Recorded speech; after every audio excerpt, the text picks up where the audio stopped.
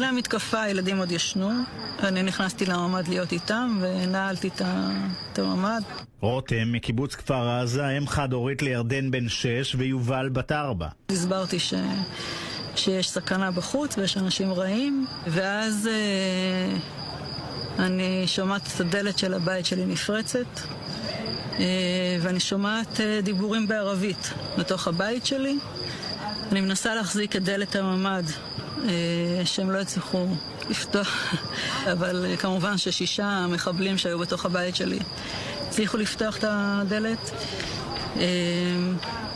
הם ירו כדור אחד על הדלת כדי לפתוח.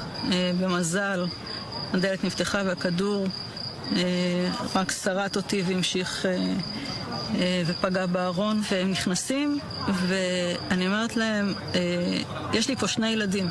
הדבר הראשון שאני אומרת להם, בעברית? לא, באנגלית. הם מסתכלים ואז אחד אומר לי באנגלית, אל תדאגי, אני מוסלמי, אנחנו לא נפגע בכם. זה תפס אותי מצד אחד בהפתעה, מצד שני זה הוריד לי הרבה לחץ, וישבתי עם הילדים שלי, והמחבלים הביאו כיסא מהפינת אוכל. היה מחבל חמוש כל הזמן איתנו בממ"ד, והשאר מסתובבים בבית. אחד מהם רואה על השיש בננות, אומר לי, אפשר לאכול אחת? אתה לא, כן, אתה יכול לאכול אחת. מה הילדים אומרים?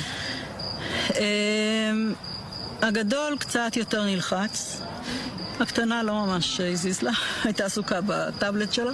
מה שכן הפחיד אותם קצת זה הנשק. היה איזה קונסיליום שלהם ליד הממ"ד די בהתחלה, דיברו בערבית, ובן שלי שואל אותי, הם עכשיו חושבים איך להתנצל? אמרתי לו שכנראה שלא. הם היו אצלי בערך 2 שעתיים.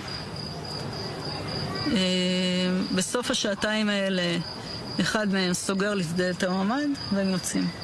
זהו. וזהו.